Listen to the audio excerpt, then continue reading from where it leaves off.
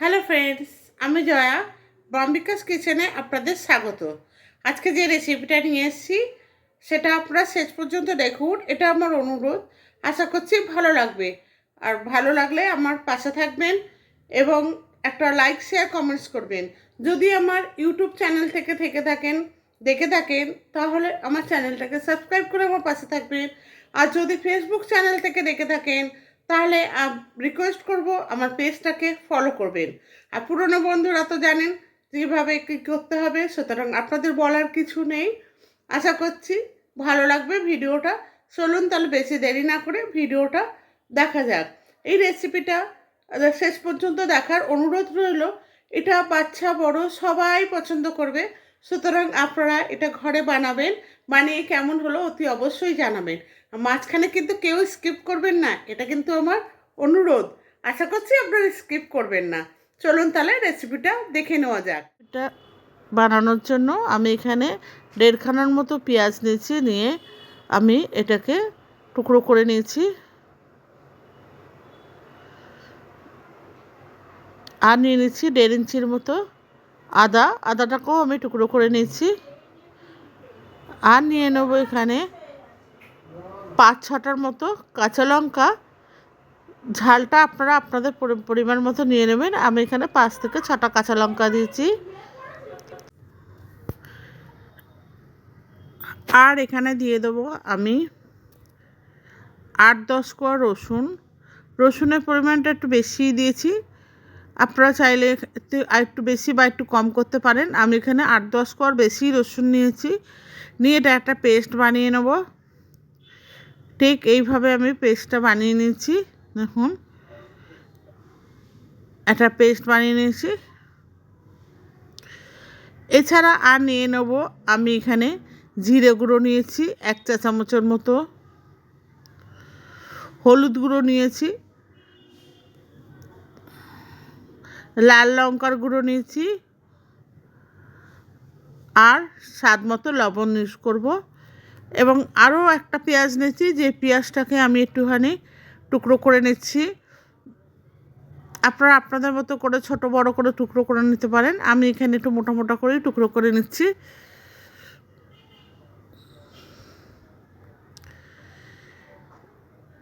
এবার আমি ওভেনে একটা কড়াই বসিয়ে এখানে সর্ষের তেল দিয়ে দিচ্ছি।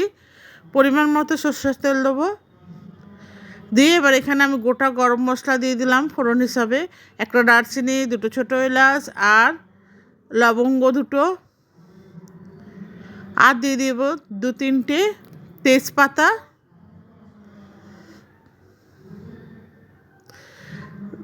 দিয়ে এবার এখানে যে পেঁয়াজটা আমি টুকরো করে রেখেছিলাম সেই পেঁয়াজটা আমি এখানে দিয়ে দিলাম। পেঁয়াজটা দিয়ে আমি একটু ভেজে নেব। পেঁয়াজটা ভাজা হয়ে গেছে। এবার আমি একটা টমেটো নিয়েছি, টমেটোটা আমি এখানে দিয়ে দিলাম।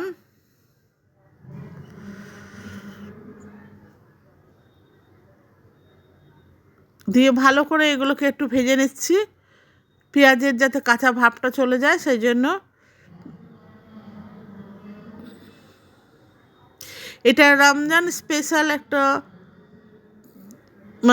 রেসিপি, আপনারা দেখুন। এবার আমি এখানে আদা, রসুন আর কাঁচা লঙ্কা, পেঁয়াজ এই পেস্টটা আমি এখানে দিয়ে দিলাম। দিয়ে আমি এবার এটাকে একটুখানি ভেজে নেব মশলাটা। দিয়ে এবার দিচ্ছি লবণ, স্বাদ মতো লবণ দিয়ে দিচ্ছি। আর দিয়ে দেবো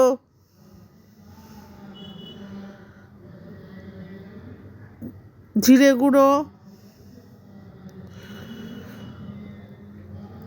আর দেবো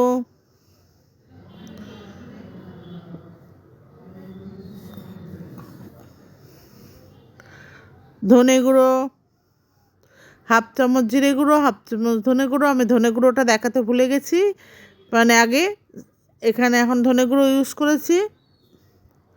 আর দিয়ে দিচ্ছি হলুদ গুঁড়ো, 1 চা চামচের মতো হলুদ গুঁড়ো দিচ্ছি। দিয়ে ভালো করে আমি নেড়ে চেড়ে নেবো। এবার আমি এখানে প্রায় 400 গ্রামের মতো চিকেন নিয়েছি, নিয়ে চিকেনগুলোকে আমি এখানে দিয়ে দিচ্ছি।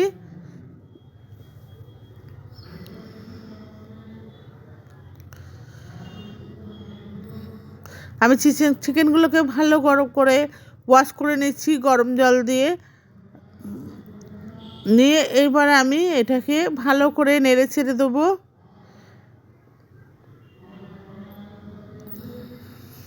এবার ওপর থেকে আমি একটু লাল লঙ্কার গুঁড়ো দিয়ে দিয়েছি, দিয়ে ভালো করে এবার নেড়ে নিচ্ছি। আমি এটা কাশ্মীরি লাল লঙ্কা দিয়েছি কালারটা হওয়ার জন্য, আপনারা চাইলে স্কিপ করতে পারেন। ভালো করে নেড়ে চেড়ে দিচ্ছি, দিয়ে এবার আমি একটা ঢাকনা দিয়ে এটাকে ঢেকে দেবো মিনিট 5 মতো। মিনিট 5 মধ্যে ঘুরে এসেছি, এসে দেখুন কত জল বেরিয়েছে। আমি তার মধ্যে মাঝে মাঝে ঢাকনা খুলে একটু নেড়ে দিয়েছিলাম, সেটা আপনাদের দেখাইনি। আবার আমি ঢাকনা দিয়ে দেবো, দিয়ে আরও মিনিট 2 মতো আমি রান্না করব।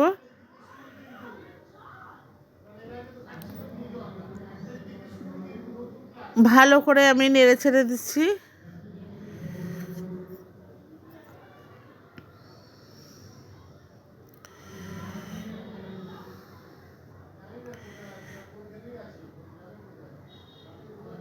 এবার আমি ওপর থেকে একটু গরম মশলা দিয়ে দিচ্ছি। আমার এই রেসিপিটা তৈরি হয়ে গেছে। গরম মশলা দিয়ে আমি আরও 1 মিনিটের মতো রান্না করব।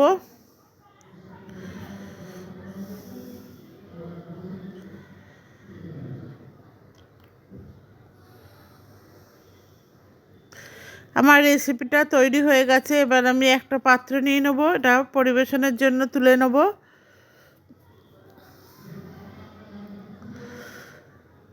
বন্ধুরা, আপনাদের যদি ভিডিওটা ভালো লেগে থাকে তাহলে অতি অবশ্যই লাইক শেয়ার কমেন্টস করবেন, এবং নতুন বন্ধুরা আপনাদের অনুরোধ করছি আমার চ্যানেলটাকে সাবস্ক্রাইব করে আমার পাশে থাকবেন। আর পুরনো বন্ধুরা এতদিন যেভাবে সাপোর্ট করেছেন সেভাবেই সাপোর্ট করবেন। ফেসবুক পেজ থেকে দেখে থাকলে আমার পেজটা ফলো করার অনুরোধ রইল, এবং পাশে থাকা বেল আইকনটা নতুন বন্ধুরা প্রেস করে নেবেন, যাতে আমি যখন কোনো ভিডিও আপলোড করব সবার প্রথম আপনাদের কাছে পৌঁছায়। আজকে তাহলে এই পর্যন্ত, আবার দেখা হবে অন্য একটা নতুন রেসিপি নিয়ে। ততদিন পর্যন্ত আপনারা সুস্থ থাকুন, ভালো থাকুন। ধন্যবাদ।